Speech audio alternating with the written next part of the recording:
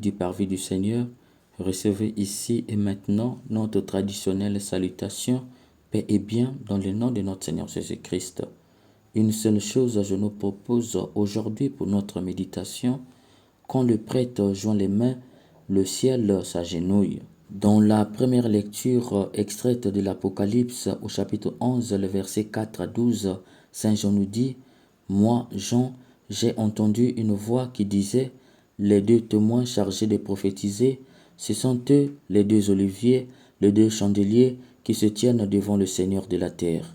Si quelqu'un veut leur faire du mal, un feu jaillit de leur bouche et dévore leurs ennemis. » Mes chers frères et sœurs, ce fragment est plein de symboles qui méritent notre attention particulière. D'emblée, les deux témoins. Qui sont ces deux témoins? Pour comprendre qui sont ces deux témoins, Saint Jean nous donne une description imagée. Ces deux témoins sont aussi les deux oliviers et les deux chandeliers. Il nous faut comprendre donc le sens apocalyptique des deux oliviers et des deux chandeliers. En effet, les oliviers permettent d'obtenir des olives et ces olives servent à fabriquer de l'huile. Dans l'Ancienne Alliance, cette huile servait dans l'alimentation, mais aussi et surtout dans les lampes en tant que combustible pour éclairer. Dans le langage apocalyptique, les oliviers symbolisent la source de la connaissance divine. Pourquoi parle-t-il de deux oliviers? Par deux oliviers, il faut entendre par là deux sources de la connaissance divine qui sont le presbytérat et l'épiscopat. Saint Jean révèle que ces deux degrés du sacerdoce sont à respecter car ils sont source de la connaissance divine. Vous allez me dire, et le diaconat?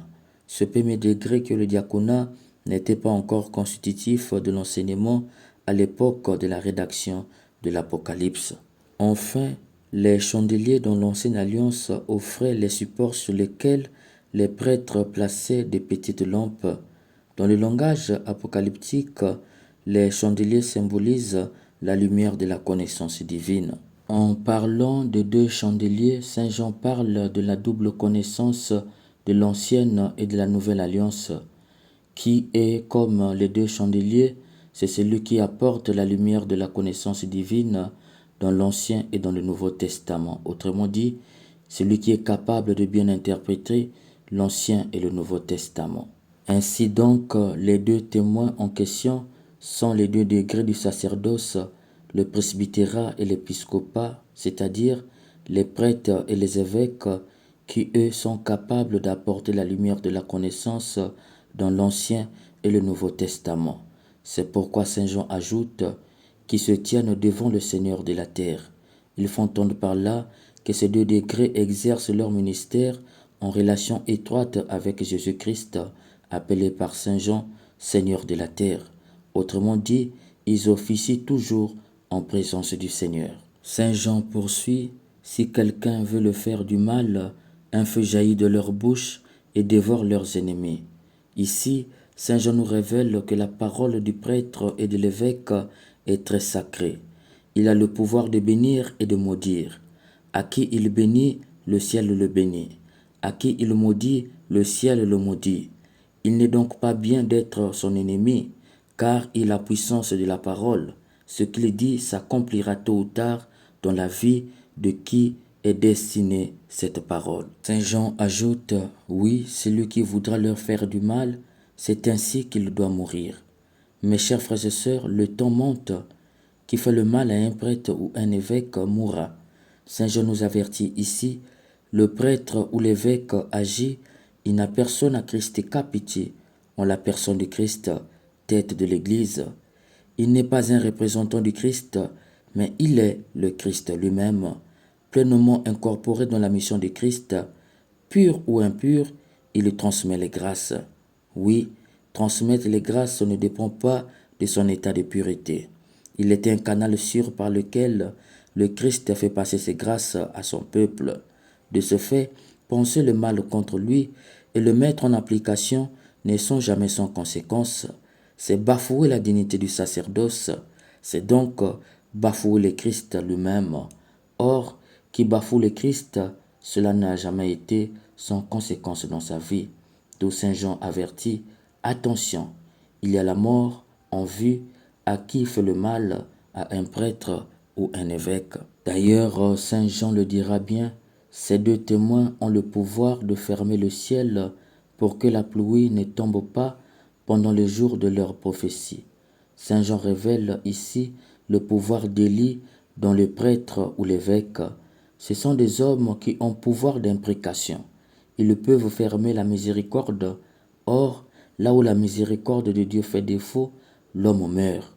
Outre cela, Saint Jean dit, ils ont aussi le pouvoir de changer l'eau en sang et de frapper la terre de toutes sortes de fléaux, aussi souvent qu'ils le voudront. Par ce fragment, Saint Jean révèle le pouvoir de Moïse dans le prêtre et l'évêque. Ce sont des hommes de sacrifice aptes à transformer le vin en sang de Christ, mais aussi, comme Moïse devant Pharaon, capables de faire descendre du ciel les fléaux. Où le mal est têtu, ils sont capables de faire venir les fléaux pour repousser le mal et faire place au bien. Ils font entendre par là qu'ils ont plein pouvoir de chasser n'importe quelle force satanique. Par conséquent, ils ont le pouvoir de libération du corps et de l'âme. Par ailleurs, Saint Jean dit, quand ils auront achevé leur témoignage, la bête leur fera la guerre, les fera mourir, leur cadavre sera exposé au public, les gens se réjouiront. Pourquoi?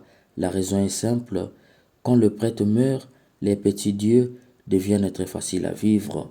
Mais Saint Jean conclut, un souffle de vie venu de Dieu entre en eux, ils se dressèrent sur leurs pieds, une voix forte venant du ciel leur disait, montez jusqu'ici.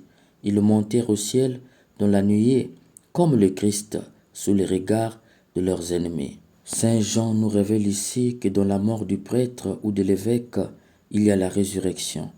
Qui tue un prêtre au nom de la vérité s'en réjouit, mais dans sa mort, il y a toujours la résurrection. Et le comble est qu'il ne monte pas au ciel comme n'importe qui, mais il monte au ciel comme le Christ le jour de l'ascension.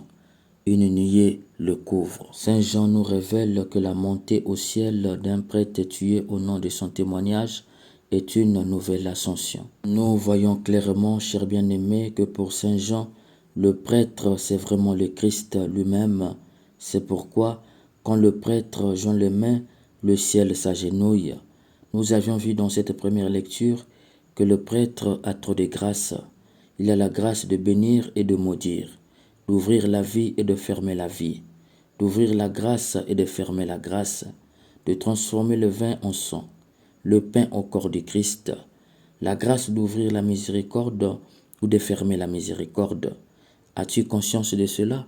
Aujourd'hui, certes, le prêtre est devenu un vulgaire sans dignité, car il s'est tiré lui-même vers le bas. Malheureusement, d'aucuns trouvent le plaisir à le faire tomber, d'autres à le faire tuer. Aujourd'hui, quand le prêtre est beau, on dit c'est une perte. Quand il est moche, on dit il a fui la réalité sociale.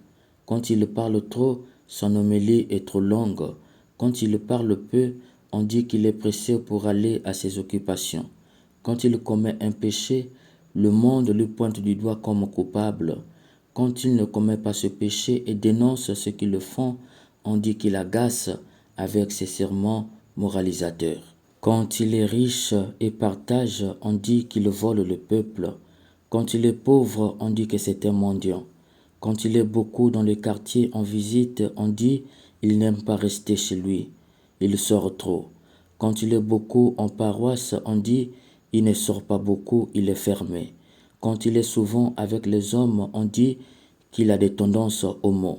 Quand il est beaucoup avec des femmes, on dit il aime les femmes, il s'est trompé de vocation. Si quelqu'un meurt dans sa famille, on dit que c'est lui qui a sacrifié. On veut qu'il écoute tout le monde, mais personne ne veut l'écouter. On pense qu'il est un homme sans problème. On l'oblige à prier pour ses fidèles, mais ses fidèles ne veulent pas prier pour lui.